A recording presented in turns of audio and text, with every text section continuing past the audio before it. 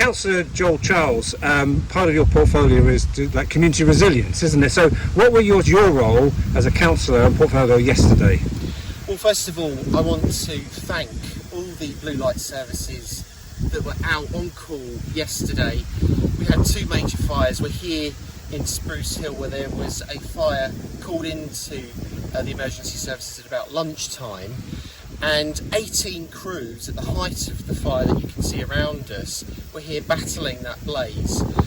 I've also been in contact with some Spruce Hill residents who, of course, are very anxious about the spread of the blaze, but I credit the fire service that at around about 2:40 in the afternoon they've controlled the blaze and people were able to breathe a sigh of relief here.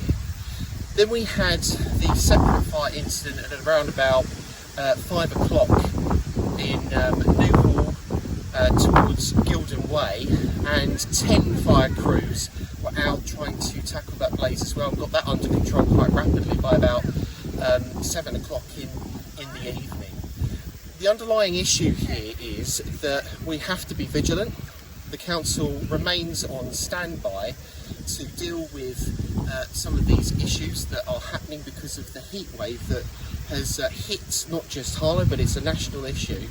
And of course we have a drought warning in place across this region as well. Those sorts of issues mean that the council's readiness plans in contact with the blue light services are really important going forward. I'll speak to Councillor Person and then we'll come back to that. So Councillor Person, as a portfolio of environment, what's your role here? So my role here, well, first of all I'd like to say thank you to the services again, but my role here is with mitigating any further issues. So the plan is, and what I've started the ball rolling with HTS, is that we start cutting mowing strips around Harlow, so we start to protect our residents. So you will see mowing strips start this week actually being cut to protect us from any of the future fires. And obviously this is something we've got to look forward in the future, and maybe look at, because of climate change, we're going to have prolonged periods of hotter weather and droughts, that we maybe will be looking at other countries, what they actually do, and taking on board plans and, again, mitigation to reduce this ever happening again. Because I was obviously down here yesterday and there were people in those houses just over there on Spruce Hill who had their hoses out, trying to keep the ground near them cool. There's got to be, either one of you can answer this, some mitigation to help those people and people in similar geographic positions across the town. Yes, and I would say that is something that we've got to look at for the coming years in the future, long-term future, with climate change, because we are actually looking at this happening more frequently, as in the droughts and hotter weather as it comes on, and each year gets longer and even hotter. We just need to look at it and see what we can change as the politicians and make sure that we implement it. And just to say, and I think Nikki's made a really important point there.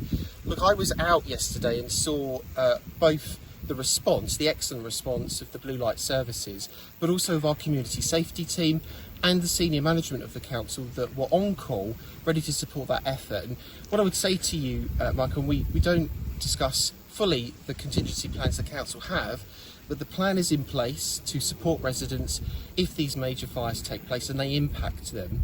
But what we're trying to do to mitigate the impact is the work that Nikki is doing with HTS to get out there and see where we've got fields bordering estates where we have to take a bit more proactive action. And the landscaping will be important going forward, I think. Because Tuesday it could start raining or the temperature goes down by 10 degrees and people say, well, that's the end of your plan really, it was just the same thing as 1976 and we move on. That's not the case.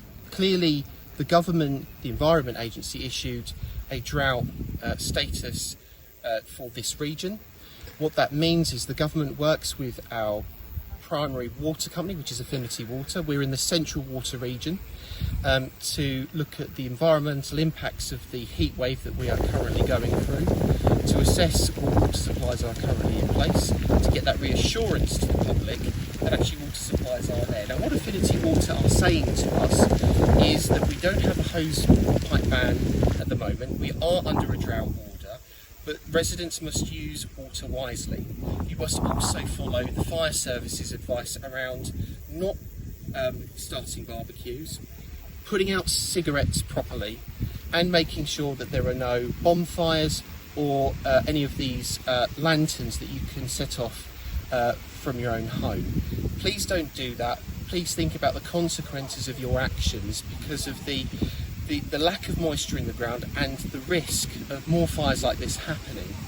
We're fortunate to some degree in this region whereby Affinity Water get their water supplies from groundwater.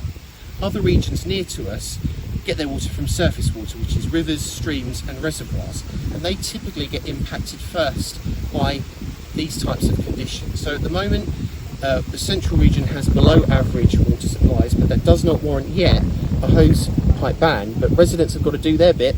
The council must as well to conserve water supplies. Councillor Pearce, I'll give you the final word on this, and you would echo that about you are the portfolio of the environment. Your role is more important ever now in 2022 and beyond. Most definitely. Again, I would come back to the point of the bonfires, barbecues. We're not saying don't go out and don't have fun. Take a picnic. Don't take a single-use barbecue with you. Be mindful. Yes, we have got rain forecast, but it may not be enough to mitigate further fires. So please be mindful of that. It may not be enough. And at the end of the day, what we've seen is quite horrific. And grass in this weather conditions, the heat, can actually self-combust, and it peaks because in this area we've actually got seasonal grasses that actually set fire to very, very quickly. So we just need to be mindful of that. So please, not saying don't have no fun, but please be careful, stay safe.